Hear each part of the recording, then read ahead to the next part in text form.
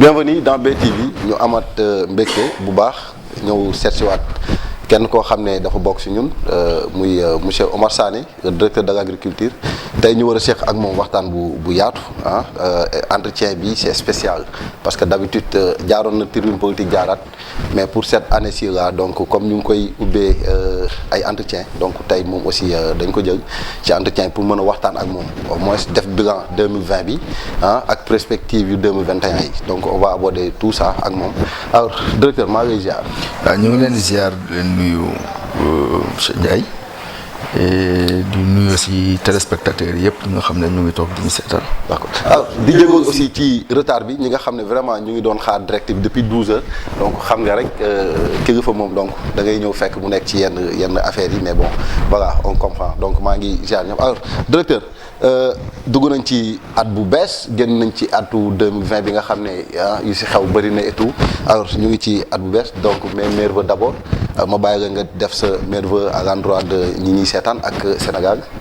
waaw merci jërëjëf monsieur Ndiaye ñu ngi lay remercier donc ci occasion bi ñu may nii ñu mën a waxtaan ak sénégalais yi et tout d'abord donc ñu ngi jaale donc ñi nga xam ne jënd nañ fi ci 2020 bi parce que 2020 bi at bu métti la woon donc aussi bien sur le plan religieux ay kilifa yu bëri donc jënd nañ ci àdduna sur le plan politique aussi am na ñoo xam ne jënd fi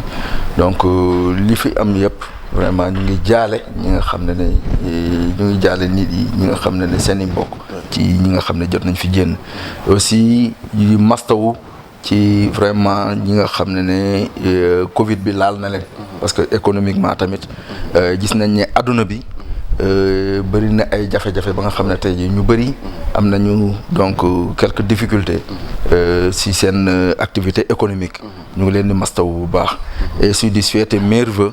donc sénégalais yëpp donc di ko commencé ci njiiti réew mi ak ñëpp ñi nga xam ne ñoo nekk ci ni réew waa réew mi yëpp et di ci benn nag loxo sama àndandoo yi ñi nga xam ne ñoom laay àndal wax dëgg yàlla ñu may jàppale ci banlieue bi mais def sama ñu permettre liggéey yi nga xam ne def nañ ko tey ji ñu permettre woon tey ñu mu am 9300 signatures ci parrainage bi permettre tamit ba Médina Gounass jël pay ci élection yi passé donc ñooñu tamit ñu ngi leen di jaajëfal di leen ñaanal vraiment pour 2021 que mu nekk une année inchallah inchallah damay rebondir foofu man aussi di leen jaajëfal parce que mun naa wax ne on a eu à travailler sur beaucoup de choses man ak sa équipe boobu noonu ci 2020 bi seen sortie yi ngeen doon def yëpp bon dañu defoon confiance ci BTV donc suñu toogee fii aussi il faut ñu témoigner ko pour wax ne vous avez une équipe boo xam ne vraiment c'est des gens engagés des gens yoo xam ne gis naa seen courage bi nga xam ne am nañ ko envers vous et tout donc ñoom aussi maa ngi leen di ziar bu baax à l'occurrence mon frère Alsane bi nga xam ne chaque fois daf ñuy woo di ñu nemmeeku di ñu laaj xalaat et tout par rapport ak li ngeen def donc ñu koy jaay ko alors directeur on a seetaan nañ benn président de la République bu serein bu toog pare xam nga wala taxaw def discours à la nation alors seetaan nga ko comme ñun comme yeneen Sénégal boo ñu ko doon décortiquer lan nga di mën a jàpp ci li nga xam ne moom la président wax. waaw tout d'abord ñu ngi koy féliciter ci discours bu mu am ni bu mu wax ci 31 décembre bi aussi ci entretien bu mu def parce que yaakaar naa ne am na yu bëri yoo xam ne doonoon lënt ci bopp nit yi. naa ne bu mu defee entretien bi leeral na ko parce que discours bi boo xoolee dellusiwaat na tey ci yu bëri donc ci Covid bi donc Covid bi ñëpp xam nañ ne Sénégal tey jii taxawaay bu mu am ci Covid bi. adduna bi yëpp ràññil nañ ko. kontaan ci parce que tout simplement donc am na riposte sanitaire donc am na aussi beneen riposte boo xam ne dafa ñëw pour accompagner économiquement. donc sénégalais yi donc loolu mooy indi force Covid bi ñuy def noonu fond force Covid bi bu 1000 milliards yi ba nga xam ne tey jii secteur d'activité yëpp gis nañ seen bopp ci mbir mi accompagnement bi am na pour que vraiment ñu mën a soutenir jafe-jafe yi nga xam ne am na ci force Covid dugg na tamit ci agriculture donc wax dëgg yàlla li nga xam ne def jot na ko def donc yokk maanaam cadre Covid bi yokk budget bi tey jii de 50%. donc jóge ci 40 milliards egg ci 60 milliards ba tey jii résultat yi nga xam ne tey jii wax nañ ko bi nga xam ne gis nañ ko muy 1,850,000 tonnes. donc mu nekk record boo xam ne ni donc constaté nañ ko loolu tax na tey ji contribution boobu tax na tey ji Sénégal dëkk yëpp am maanaam seen lu ñu amoon daaw li ñu am ren gën a yées li ñu amoon daaw mais Sénégal tey jii wax dëgg yàlla moom jàpp nañu ne gis nañu ne am na yokkute par rapport ak li ma amoon daaw donc loolu mu nekk lu jafe ci àdduna bi donc loolu ci vraiment ñu ngi koy féliciter ci loolu parce que président de la République moo fi teg stratégie accompagner acteurs yëpp ku nekk li ma xalaat ak lu mu ak li nga xam ne xalaat na ko mëbën na ko ak li nga xam ne jàpp na loolu mooy doxal kii bi mu mettre leen dans les conditions pour que ñoo ñëpp mën a exprimer ak foofu donc ci yeneen ak yeneen tamit jàpp na yoo xam ne wax na ci infrastructure yi donc tey jii wax na ci terre bi ba ko ñun banlieusards nañ gis nañu terre bi nga xam ne war na ñëw démarrer rapidement donc gis nañu autopont yi nga xam ne def na ko fii ci dëkk bi nga xam ne dégg fan yi rek inauguré nañ ko pour mobilité donc dëkk bi gis na tamit yeneen yoo xam ne ay infrastructures yi li ñu war a def yu donc ci matière de santé hôpital yi nga xam ne war na ko ibbi yu bees yoo xam ne donc Kédougou Sédhiou Kaffrine yoo xam ne war nañu démarrer hôpital yoo xam ne war nañ ko ibbi bu nga xam ne dafa war a accompagner askan bi donc yu bëri daal yoo xam ne jëm na ci ni ñuy xam ne war nañ ko def ba askan gi wala gën a mën a environnement am ak nu muy dundee gën a oyof donc loolu ci vraiment ci loolu la wax yëpp jinn du ko donc def na ci demee entretien boo xam ne wax dëgg expliqué na lu solo yu bëri yoo xam ne nit yi dañ ci doon laam-laame donc ba ci éducation bi liñ ci wax ne yóbbu leeral na taxawaayam ci li nga xam ne moom yàgg na ko ci wax ci éducation sexuelle voilà loolu yëpp wax na ko ci ba leeral na Sénégalais yi taxawaayam donc li fa xam ne président yi bu ñu fi ñëwoon loolu la waxoon tey jii loolu la réitéré gël ko dëgëral war nañ Sénégalais yi moom suñu culture ak li nga xam ne ñun noonu la ñu dundee amul kenn ku ñu war a imposer ba ñu dugg ci loolu wala ba ñu koy jàggane wala effectivement déjà si loolu sax dañuy féliciter waa président féliciter le corps médical parce que gis nañ ne au niveau mondial Sénégal ci nu ñu gérer Covid bi ñu ñoo jël deuxième loolu moom vraiment c'est à saluer mais boo résumé loolu est-ce que président tey relance économique bi muy wax est-ce que lu mu wax keroog discours bi rassuré na la waaw rassuré nañu parce que tey jii comme ni ñuy wax nii bu ñu nee dëkk yëpp am nañu récession ñun ñu am croissance bu doon 0,1 la donc loolu mooy wan ne fu mu tegoon tànkam foofu loolu lu baax la parce que tey jii am na résultat boo xam ne constaté nañ ko sur le terrain te boo xoolee ci force PAP 2A bi nga xam ne teg na ko donc secteur yi nga xam ne tey jii gis na ne foofu nañu relance bi foofu nañu war a impacter pour économiquement donc ci yooyu nañ ko war a teg donc agriculture bokk na ci donc boo xoolee santé bi tey jii donc ci li nga xam ne dañ ci war li nga xam ne ni bokk na ci priorité yi donc ak leneen ak yeneen donc tey jii li nga xam ne tey jii posé na ko donc ak li nga xam ne tey jii ñu ngi koy dox yaakaar naa ne tey jii rassuré na te PAP 2A bi 14 000 milliards la donc am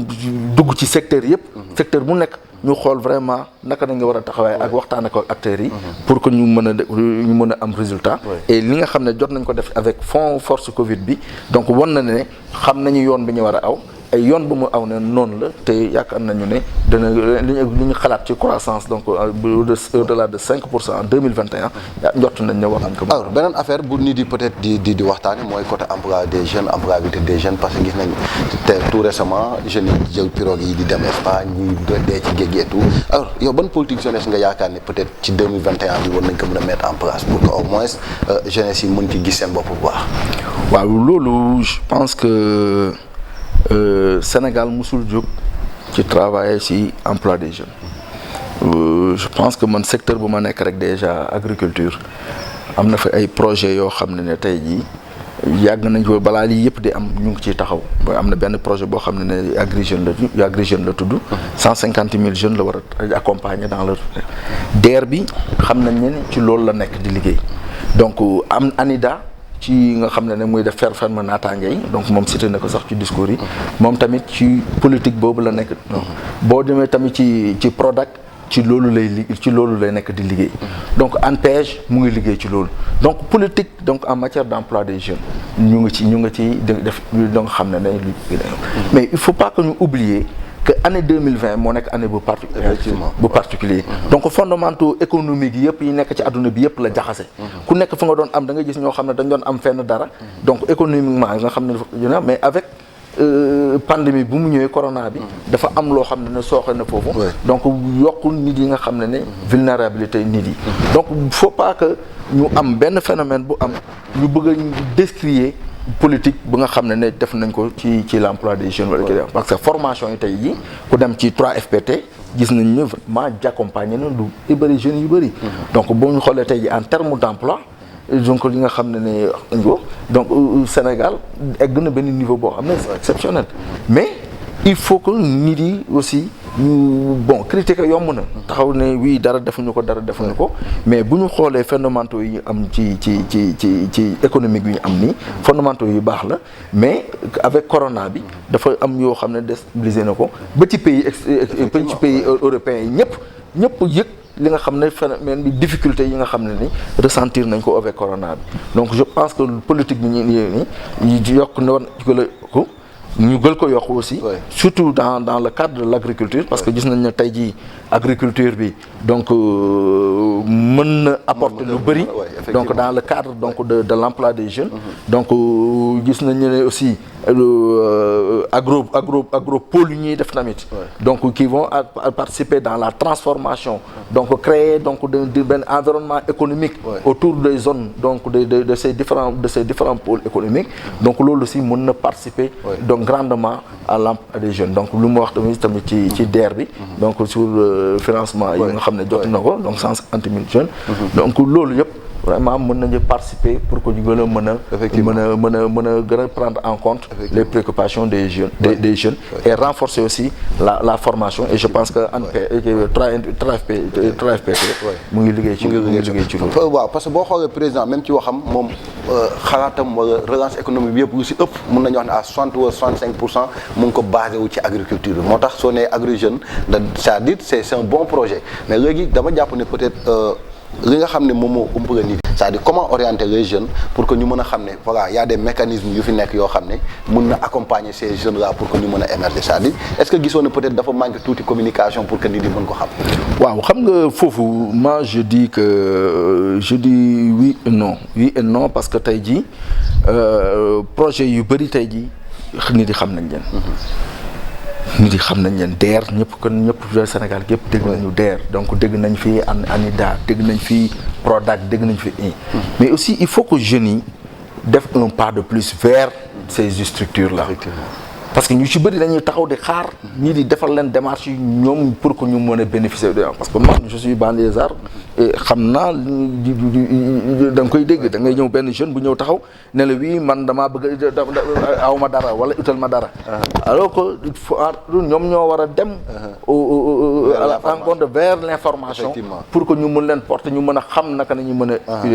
donc tey jii boo dekkee ci réseaux sociaux yi sax da nga gis benn communication am sur benn information donc relatif donc à l'emploi wala kii ñëpp nit di ko partager donc mais il faut aussi cette volonté là cette quête de l'information jeunes yi aussi di def cet effort là bien que aussi bon comme ni nga waxee am na donc yeneen gën na war nañ gën a mën a renforcer communication ci li état bi def parce que président de la République comme je dis gàcce ngalaama yu bëri def na ko fii donc projet yi mu def nii ak lim fi yëpp ci xalaatam xam na ne il faut que ñu prendre en compte la préoccupation la dimension jeune donc dans sa politique donc jeunes et femmes donc loolu moom teg na ko li ci des nag mooy il faut que tamit ñi structure bi ñu def benn communication et jeunes yi aussi vraiment aller à la rencontre de l'information pour que ñu mën a valoriser tout ce qui est en train d'être loolu daf may permettre sax ma def benn transition ñëw ci banlieue bi parce que on a vu depuis presque 5 ans yi passé yëpp yaa ngi implanté wu fii yaa ngi dafay affaire alors tey boo ñu doon def ak yow sa bilan personnel ci banlieue bi en général mais en particulier fii ci Gounass ak Djiddah Thiaroye Kao bi nga gën a nekk alors ci année 2020 bi lan nga mën a teg sama loxo. waaw ci année 2020 bi yaakaar naa ne tey jii année 2020 bi dafa particulière donc gis nañ ne. oui sur les années précédentes. voilà non année dafa particulière donc gis nañ ne corona bi moo ëppoon. effectivement te ñun bàyyi ñu suñu loxo ci jàppale nit yi ci corona bi. je pense que gis nañ fii donc dons yi ñu fi defoon donc ci structure de santé yi ak population bi accompagnement donc sur des produits d'hygiène donc sur des masques yooyu yëpp jot nañ ko fi def pour accompagner les populations donc sensibilisation bi aussi jot nañ ko fi def aussi accompagner pour aussi mën a fexe ba sorte que donc corona bi bañ a law donc au niveau de donc essentiellement li ñu def yëpp ci 2020 bi donc dafa accompagner ci mesure donc d'accompagnement jëf nañu tamit ci tabaski bi jotee ñu xam ne population bi kon gannaaw si ne seen doole demewul noonu naka nañ leen accompagner pour que vraiment fête bi mën a nekk donc mooy don donc de daara ñu defoon kit alimentaire yi ñu fi defoon aussi donc plus de 400 kit yoo xam ne joxe nañ ko séddale ko population bi donc ñun ci loolu nañuy jàpp nañ ne tey jii président de la république lu mu ñuy sant yëpp mooy nañu nekk ci wetu population bi xool naka nañu mën a def parce que population bi nga xam ne tey jii moom suba bi ngoon lépp ci la nekk donc di leen jàppale di xool di wër di adduna bi pour xool naka lañu mën a def ba ñoom seen environnement ak seen niveau de vie élevé wu baax ba nga xam ne tey jii ku nekk da nga mën a sant sa bopp ci réew mi donc moom tamit loolu nañu sant ñun responsable yi pour que ñu mën ko def si wetu goxu wetu population yi nga xam ne ñoom lañu dëkkal donc moo tax ñun tamit vraiment ci yooyu nañu nekk depuis bu ñu commencé ba léegi ci loolu nañu mës a nekk donc loolu nag moo ñu mën a permettre tey jii comme la ma koy waxoon ñun élection yi passé am bi ñu defee parrainage bi de 9300 signatures nañu collecté. moom nga collecté au niveau de Gounass. moom nañu collecté au niveau donc de Gounass Djiddah Thiaroye Kaw ak dans la banlieue. ok donc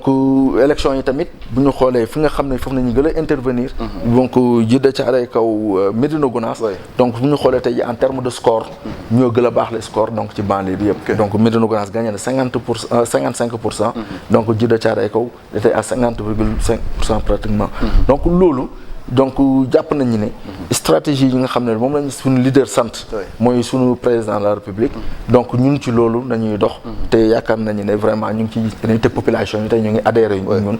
ci par rapport ak on a vu aussi sa relation ak école bi parce que fekkee naa fii vous avez mis beaucoup de cahiers des livres à l'endroit des écoles alors est-ce que mën nga ñëwaat ci yooyu noonu ak cours bi ak depuis kañ nga ko commencé woon def waaw loolu aussi comme waxee rek parce que bu ñu njëkkee première activité bu ñu njëkk a def naa ne ci école nañ ko def donc boobu dañu fekkoon école Thierno Salif Ndongo donc toilette yi daanu woon bon population yi di ñu wax yooyu yëpp ñu jëloon foofu don ciment de yóbbu ko foofu pour que ñu vraiment ñu mën a defar mur toilette école yi parce que jàpp nañu ne tey jii comme nu ko président bëggee population bi maanaam ndaw yi il faut que ñu investir ci ñoom il faut que ñu taxawu ci ñoom il faut que ñu encadrer leen parce que ñoom ñooy doon magu ëllëg ñoom ñooy yor réew mi ëllëg donc ci yooyu nag man ci yooyu nañu nekk di travail bu ñu jógee ci loolu def nañ fi don aussi donc ordinateur donc matériel de reprographie donc pour faciliter vraiment donc école Médina Gounass donc école Mortala Wade donc ñoom aussi ñu mën a am benn confort ba de mën leen permettre ñu ne parce que ñëw fi école bi fekk ñu fa ordinateur fekk ñu fa matériel de reprographie bi ñu doon def kii il faut que ñu dem fay ji feneen donc pour ñu mën a def loolu donc ñu ci leen jàppoon ne il faut que ñu accompagner leen pour que yooyu yëpp mën a faciliter donc école ba ñu mën a def ce travail là et par la même occasion ñu ngi féliciter le maire Alioune Sall donc bi xam ne tey jii contribuer na donc pour ñu defar ay salle de classe pour école Médina Gounass 2 bi donc bi nga xam ne dañ ko comme mu nga xam ne ñu ngi koy defar nii présentement donc yooyu yëpp day wane ne rek war nañu mën a taxaw accompagner les populations accompagner les parents d'élèves pour que tey jii ñun banlieusards yi ñu mën a former suñu ndaw ba nga xam ne suba donc développement économique bii di am ni ñu mën ci participer comme ni ñu mën ci participer alors li yëpp ngay def gis nañ ne yow fi nga nekk nii daaw fii Gounass la mais yaa ngi intervenir ba Djiddah Thiaroye Kaw alors sa relation ak les deux maires waaw suñu relation donc ñu ngi ci am nañ doon naa de très bonnes relations parce que man comme je dis j'interviens dans ces deux communes là mais j'habite à Médina Gounass fii laa juddoo fii la ma mbënd mi fekk fii laa màggee ci inondation jóge ci inondation bi fii laa jàngee fii laa defee lépp donc moi je suis un natif de Médina Gounass. donc su maire bi tamit wax dëgg yàlla am nañu d'excellentes relations. c'est un frère donc je le salue au passage le maire Beydi Ba. donc di ko féliciter tamit donc ci action mu def nii donc initier donc l'école Médina Gounass 2. donc te loolu lu njëriñ amal njëriñ ñi askan bi la am njëriñ Médina Gounass la donc on a d'excellentes relations. et maire ji de Thiaroye Kaw aussi. donc tamit suñu frère la donc foofu tamit ñun dañu fay intervenir. di accompagner population yi donc amuñu benn jafe-jafe. donc par rapport ak maire yi. ñu leen di féliciter aussi ci li nga xam ne ñu ngi koy def pour population yi. et waaye nag bu ñu yokkee nag mu gën. waaw ñu ngi ñaan ñu yokk bu baax a baax a baax. pour askan bi gën a kontaan. gën a gis seen bopp ci li ñuy def. alors d'autres personnes me demandaient DEA lu muy def Gounass di ko def Djiddah Thiaroye Kaw bon comme Gounass la dëkk lan mooy ambition Gounass est-ce que dafa bëgg a nekk à la quête du pouvoir à la mairie dafa jël mairie bi wala da koy def parce que président moo ko sant mu koy def lan ngay tontu ñooñu est-ce que réellement DEA dafa bëgg mairie bi wala day def nii parce que président moo ko def loolu. waaw man comme ñu waxee rek sama action ba ma mënta def dama ciy viser ñaari mooy lan population bi pour que mu am un impact sur les populations. mu am un impact sur la politique du président de la République. parce que ñun loolu nañu nekk di dox. donc tey jii question mairie pour man élection boo xam ne xamaguñu kañ la du ay taxaw fii dina wax ay ambition ay dañuy dem mairie wala lépp li ñu xam ne daal lépp li ñuy jàpp. ñun ci leen nekk mooy. ñu ngi taxaw ci wetu population. su ma la joxee date élection yi mën nga ma wax ne da ngay dem wala doo dem. waaw loolu yëpp dañuy waxtaan ak ñi nga xam ne ñoom nañu àndal. ñu xool nekk ñu lay wax parce que tey jii. lu ñuy wax rek def nañu liggéey gu rafet. liggéey goo xam ne ñëpp sant nañ ko. ci Médina Gounass. donc tey jii ñu ngi déglu population bi. parce que ñun tey jii comme ni ma wax nii ñun li ñuy def lépp. dañ koy ànd ak population bi. donc tey jii population bi nañuy àndal di déglu ak suñuy collaborateurs yëpp. suñu poussé nga jël ñu xam tey jii. population bi suñu poussé nga jël. waaw loolu yëpp bu waxtu bi jotee rek incha allah lu ñu ci war a wax rek. danañ ko ci wax mais tey jii. man li ma jàpp ne tey jii moo gën a important. mooy nañu continuer nekk ci wetu askan bi taxaw ci wetu askan bi. su élection yi jotee nag buñ ci population bi jàppee ni tey jii man maa leen war a mën a jàpp nekk ñu seen meilleur candidat. loolu incha allah rabbi dañ ci taxaw. buñ jàppee ne leneen la tamit ñoon ci taxaw mais tey jii li ma xam ne la laa jàpp mooy nañu taxaw ci wetu population bi accompagner population bi xool tamit président de la république lu mu ci bëgg lu mu war a mooy nañ jëm liggéey ñu def fast track man yaakaar naa ne ci loolu nañu nekk ci loolu nañu taxawagum élection yi bu jotee tamit li ñu ci war a def rek incha allah. loolu daf ñuy permettre ñu laal benn fenêtre rek ubbi ko tuuti mooy recomposition politique bi c'est-à-dire tey gis nañ président parce que wax nga ko léegi yow am nga benn affinité peut-être ak Cheikh Dieng même bu fekkee bokkoo leen parti parce que yaa ngi intervenir commune am moom mu ngi koy rafetlu c'est sûr donc tey ñu gis aussi ci président la jiitoo mu woo gars yi ay Idriss Seck ay ñeneen ak ñeneen ñëw est-ce que jàppuñu ne peut-être président dafa am leneen lu nekk ci bopp bi dafa am leneen lu muy xalaat ñenn ñu ngi koy wax ñenn ñi di wax ne affaire bu rafet la le fait que mu woo ñëpp pour ñu liggéeyal Sénégal yow sa appréciation par rapport ak ñi bàyyeekoo feneen ñëw ci yéen. waaw loolu amul dañ koy rafetlu. parce que tey jii comme ni ñu wax ne adduna bi bu demee ba nër mi elu ñëpp taxaw ku dëkk bu nekk taxaw ñëpp doomu dëkk bi yëpp ñëpp di àndaat di booloo pour di defar seen dëkk ñu ne Sénégal fii président bu mu woo ñeneen ñi pour ñu ñëw bool defar dëkk bi xam nga loolu xel mënu ko xalaat. mais période bi. non du question période ba léegi ñu ngi ci période de difficulté économique adduna bi. président li mu njëkk a daf leen woo ñoom ñëpp mu recevoir leen. waxtaan ak ñoom. et déglu leen taataan déglu seen xalaat ñoom ñëpp ñu wax. Sonko fii la Sonko waxee ne mais nañu yokk moyens yi nga xam ne jëm na ci accompagner les populations. président def ko parce que jàpp gis na la lu rafet la. donc gis na ne tey bu mu leen wooyee taataan na xalaat xool naka nañu mën a def parce que dëkk bi àdduna bi yëpp a ngi nërmeelu. donc ñu fexe ba suñu dëkk bu mu nërmeelu.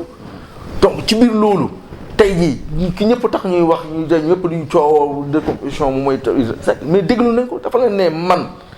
dama déglu wax nañ ma économiquement suñu dëkk am na problème man dégg naa président woo na ma man patriote laa foog nga ñëw jàppale ko ci li muy liggéeyee mais loolu ku ko rafetlu loolu la lay rafetlu ñun rafetlu nañu vraiment reconstruction te ñu ngi wooy opposition ñëpp nañ ko ñëw fekk si ñu ànd ñu liggéey suñu réew donc loolu mooy ni la parce que tey jii population bi moo war a nekk préoccupation bi du ay recomposition politique du leen mais képp koo xam ne war na mën a indil dara population bi mais ñu ngi koy rafetlu te ñu ngi koy tàllal loxo ñu ko président bi defee fële ñun noonu lañ koy defee fii parce que tey jii ñun ñëpp bokk benn askan bi ñu xam ne moom la ñuy jàppale donc bu ñu booloo jàppale askan bi mais ñun suñu dëkk lañ koy defar te boobu ñëpp a ci kontaan donc loolu vraiment amuñu dara ñuy wax ci président loolu dañ koy ne mu accélérer loolu mu képp koo xam ne doomu dëkk bi la war la mën a indi contribution pour que askan gi war la mën a sentir. donc ni muy environnement baax wala lépp nga xam ne tey jii économiquement war nañu mën a jàppale suñu réew. ñu ngi koy wax mu dem jëli ko déglu xalaatam déglu te atam yëpp pour que vraiment ñu am suñu dëkk parce que suñu dëkk bu jëlee pay rek ñun ñëppay jël. mais directeur gi ci xaw a tee xew nit yi moom mooy dañu gis benn Idriss Seck boo xam ne il y a de cela ci année yi passé mu taxaw mu ne au conseil dañ ko war a supprimer parce que amul benn njëriñ conseil économique social environnemental dañ ko war a supprimer parce que amul benn njëriñ yàq xaalis la ñu dégg mu ne man ak président ñu ngi doon waxtaan presque ay at tey ñu gis ko mu ñëw ñu joxaat ko fonction boobu noonu alors loolu day teexal ñu ne est-ce que wala combine bi ñuy wax ci diggante président Macky Sall ak président Idriss Seck est-ce que nekkul moom moo nekk di feeñ fu mu nekk nii. mais kon élection yee passé Sonko bu mu ko Abdoulaye Wade di recevoir deal dafa amoon te Sonko moo taxoon fii ne ancien président yi dañ leen fusillé donc il faut que man ñu di xool bu baax ñu wax. donc bu ko opposition bi defee mais doguma xaaral ma relancer la c'est-à-dire dama am benn problème quoi pourquoi yéen ñi bokk ci mouvance bi quand on parle de vous rek vous prenez l'exemple sur Sonko. non c'est parce que tey jii. amul ñeneen quoi. non don't le dire aujourd'hui. oui. parce que tey jii lu camp présidentiel bi def ñu ne non deal la wala leneen ak leneen. bu ko keneen defee tey jii ñu ne non baax na parce que c'est des stratégies politiques la. non il faut que ñu di comprendre contexte yi ñu nekk. tey jii opposition bi. mais ñu ngi fii gis ñoo xam ne dañ doon waxante ay lu ñaaw waxante lu ñaaw wala ñoo xam ne dañ doon bedd yéen tey ñii ñu ngi jubóo. fan yii rek gis nañ fi ay réconciliation ñaar ñoo xam ne tey jii dañ doon saagante fii ba seen dossier nekk ci tribunal. ñu ñëw réconcilier non kenn ki si yéen nga nekkoon. non waaw alors de Moussa Diop léegi non léegi ñu ngi actuellement ñu ngi def réconciliation ñu ngi nekk noonu di négocier di waxtaan. léegi nag pourquoi bu intérêt nation bi bu ñu waree waxtaan ci intérêt réew mi ñu ne kenn warut a waxtaan ci intérêt réew mi man loolu am na intérêt personnel gars yoo xam dañuy intérêt def waxtaan pour ñu xool seen reconstruction politique xool naka nañu mën a aller à la concorde du pouvoir ñuy waxtaan pour ñu xool nañu mën a déggoo ñenn ñooñu d'accord ngeen mais ñi nga xam dañoo war a doxtaan pour intérêt réew mi ngeen leen dalaan d'accord ci loolu. d'accord donc ñun man foofu loolu problème la. parce que il faut que tamit li intérêt réew mi moo war a nekk au-dessus de tout ñëpp ñoo xam ne tey jii même bu ñu amee divergence ñoom c'est des divergences politiques parce que bu ku nekk amoon na gis-gis gu mu amoon pour jële ci réew mi jot ci réew mi de romb nañ ci loolu tey jii ñoom d'accord nañu ne léegi nañu xool ni ñuy jëfale ni ñu defaree suñu réew nañu ko nañu jëlee suñu réew ñu waxtaan ba juboo ba ne léegi nañu taxaw jàppale suñu réew ñu ne ñu ay diil ak kenn xamul kon ñee dañu ci wet bee dañuy diil ñoom it d'accord alors Déa am na benn actualité boo xam ne loolu mënuñu si bañ a wax parce que su fekkee yaa ngi aspiré pour nekk maire suba je sais pas xam naa dégg naa sax ñuy wax naan ville bi nga soxla da nga xeeb ay guance ak yooyu yaa ngi koy wax bon tey soo déggee ministre bi génn def proposition ne dañu war a supprimer ville yi amul ils n'ont pas raison d'être dangay ville nañ ko supprimer ba pare ñu gën ci tànn ville yi nga xam ne dañu am symbole yow ban lecture nga ci am. awma ci benn lecture bu man yaakaar naa ne débat bi lancé nañ ko fan yii dégg nga maire yi wax nañ ci président mon ami et frère donc Alioune Sall je le salue au passage moom mi wax na ci ñëpp wax nañ ci donc président dégg nga lu mu dernièrement lu mu ci wax donc amul lenn luy politique lu ko lal ku naroon gagné ville bi comme ni ma ko waxee ku naroon gagné ville bi ba élection jotaatee tamit yaay gagné ci bu ñu département bu ñu fiy teg mais bu fekkee ne tey jii lu ñuy wax ci mooy cohérence territoriale parce que tey jii boo xoolee ville yi fu mu nekk lu ñuy wax Dakar la Thiès donc yeneen dëkk yëpp amuñu boobu problème donc tey jii bu ñu joxtaanee ne dañ ko war a def ñu xool ñu maanaam bi ñu cohérence territoriale ba ñëpp mën a gis bopp ba nga xam ne tey jii du am conflit entre communes yi ak villes yi mais loolu lu ñuy saluer la et je pense que ñoom ñëpp tey jii boo déglee fan yi débat bi donc bu ñu di waxtaane ba pare commencé nañu am une convergence d'idées par rapport ak li ñu war a def mais je pense que loolu ñu experts yi ñu ngi ciy waxtaan buñ ci àggee rek mais ñun li ñu war a jàpp rek te ñu war ko leeral ci bopp askan bi mooy politique lalu ko li ñu bëgg rek mooy qu'il y ait une cohérence et que nit yi mu am plus d'impact ci population yi pour que maire yi aussi am plus de prérogatives te du dëkk ñu nekk noonu mën a am doole ga nga xam ne dañuy liggéey. mais Déa bu fàtte aussi acte 3 bi mu ngi fi yéen a ko indi te depuis 1995 ba léegi nii mun nañu wax ne villes yi ak communes yi ku nekk ñu ngi def say affaire di liggéey te kenn yàqalu kenn te villes yi ñu war a def wa di ko accompagner communes yi ñu koy def ngeen ñëw indi acte 3 ne acte 3 bi commune bu nekk léegi nekk na commune en plein exercice na ku nekk defal boppam ville bi day ñëw accompagner mais kon pour man foofu programme nga moo war a mën a tax su fekkee politique nekku ci suuf. waaw mais non mais il faut ngeen def attention. parce que ville yi comme ville comme Ziguinchor. bokkul ville comme Dakar comme Guédiawaye. bokkul comme ville comme Dakar. parce que Ziguinchor boo xoolee demal nga dem commune de Ziguinchor benn ville la fa nekk. c'est la commune de Ziguinchor. soo ñëwee tey jii biir ville Guédiawaye dafa am ay communes d'arrondissement yu fa nekk. donc te depuis boo demee ci yeneen régions yi. comme zone fu nekk am na conseil départemental. mais tey jii boo ñëwee Guédiawaye amul conseil départemental. ville bi moo fi nekk. donc loolu yëpp nag il faut qu'il y ait une cohérence dans ce qu'on est en train de faire. li ci des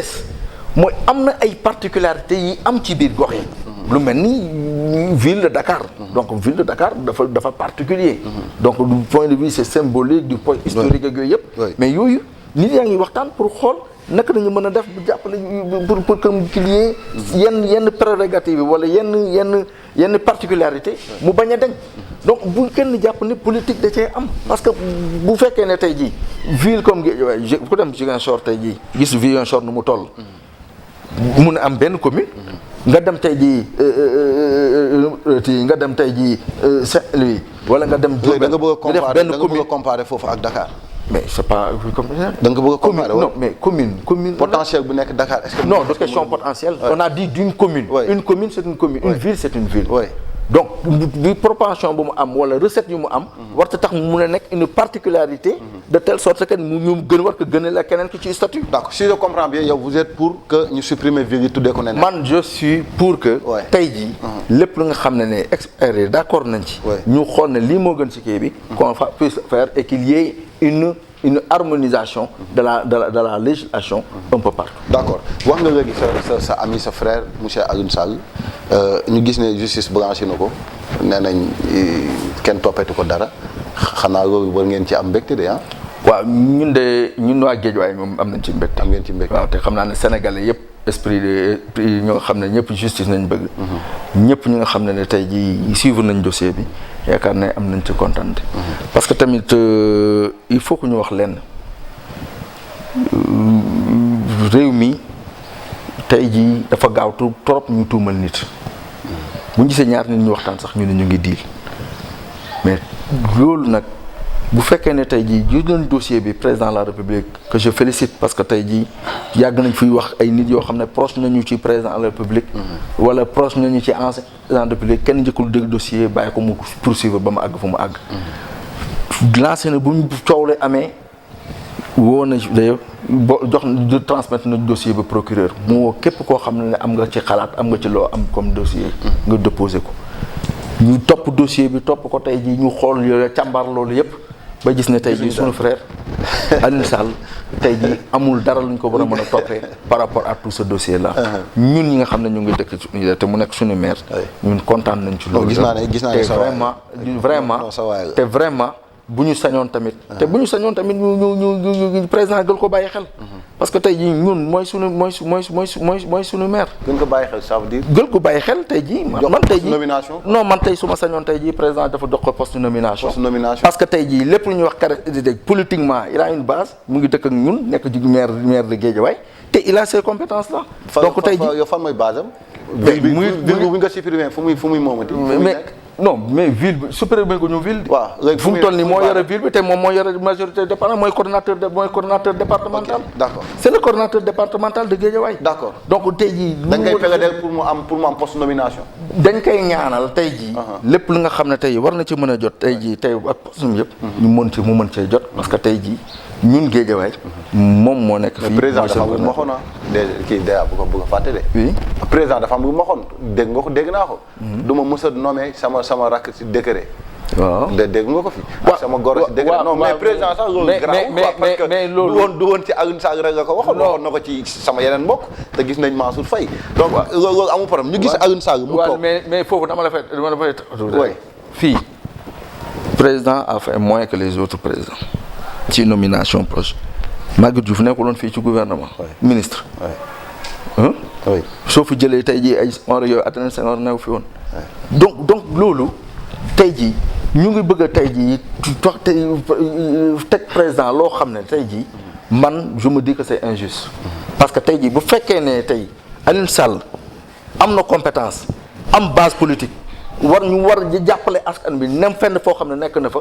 waruñu am tey jii war ñu ko privé parce que tout simplement il est le frère du président de la République. d'accord heureusement que vous avez dit su amee compétence d'accord gis nañ Alioune Sall compétence bon loolu am na compétence. am na compétence ok loolu yow yaa ko wax donc gis nañ aussi mu toog ci benn jotaay di sàkkul ñaan pour président am 3e mandat mais loolu est-ce que c'est pas un peu paradoxe. yéen a ko wax de. mais damaa dégg ci presse bi di ko wax rek. moom gisoo ko moom moo ko wax. man de presse bi rek laa gis ñu koy wax. d'accord alors ba ma fee signe que émission bi li si des bëreetul alors wax ñu sa perspective yi nga xam ne moom nga namm ci 2021 bi ak surtout ci Gounass ak ñi nga ànd di loolu.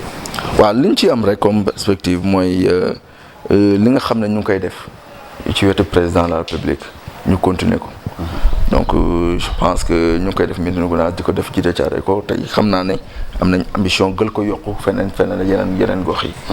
te aussi di sàkku population bi parce que corona baa ngi fii ci réew ba léegi. tey jii boo xoolee cas yi nombre de cas yi ñuy am par jour sax amuñu compte ba muy doog a door. donc ñu gën a continuer ci gestes barrières yi. ñu gën a fagaru. pour que lii bu mu fi law parce que nañ ñaan yàlla travail li mu gën a gaaw pour que lii mën fii génn pour que ñu afin que ñun ñu continuer ci li ñu nekkoon. donc loolu man vraiment li may ñaan population bi la. ñu gën a bàyyi xel ci yooyu topp masque yi topp geste barrière yi li nga xam ne ni ñu ngi koy loolu la service corps médical bi di digle. di demander aussi.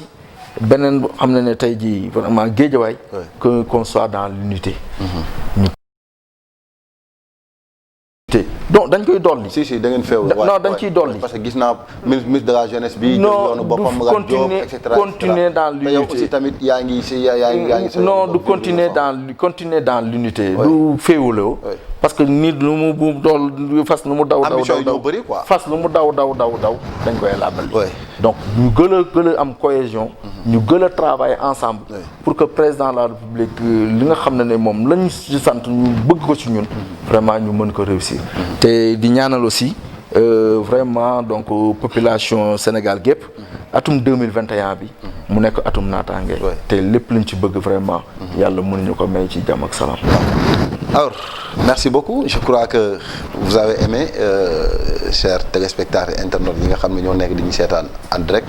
tey lañ fi nekk woon plateau spécial ñu waxtaan ak directeur de l'agriculture je crois que laal nañu ay points yu bëri et c'est comme ça que ça se passe donc voilà maa ngi sant ñëpp di gërëm aussi l'équipe technique bi nga xam ne ñoom ñoo ñu accompagner tey Ablaye ak moom moo nekk ci direct bi ak Amadou Ba donc di gërëm Alsane bi nga xam ne vraiment foo gis DEA gis ko ci wetam donc mu nekk suma frère nekk suma xarit maa ngi koy jaajëf bu baax di gërëm aussi tamit équipe bu DEA bi tey bu ngeen ñëwoon fi vous allez rendre compte que ne DEA balaa muy wax moom am na ñoo xam ne foog ñu ñëw toog ba pare quoi donc loolu moo tax sax ñu xaw a tardé tuuti entretien bi mais di leen sant di leen gërëm ñoom ñëpp quoi alors ma bàyyi la nga sant gërëm def sa. waaw merci encore monsieur Ndiaye parce que vraiment donc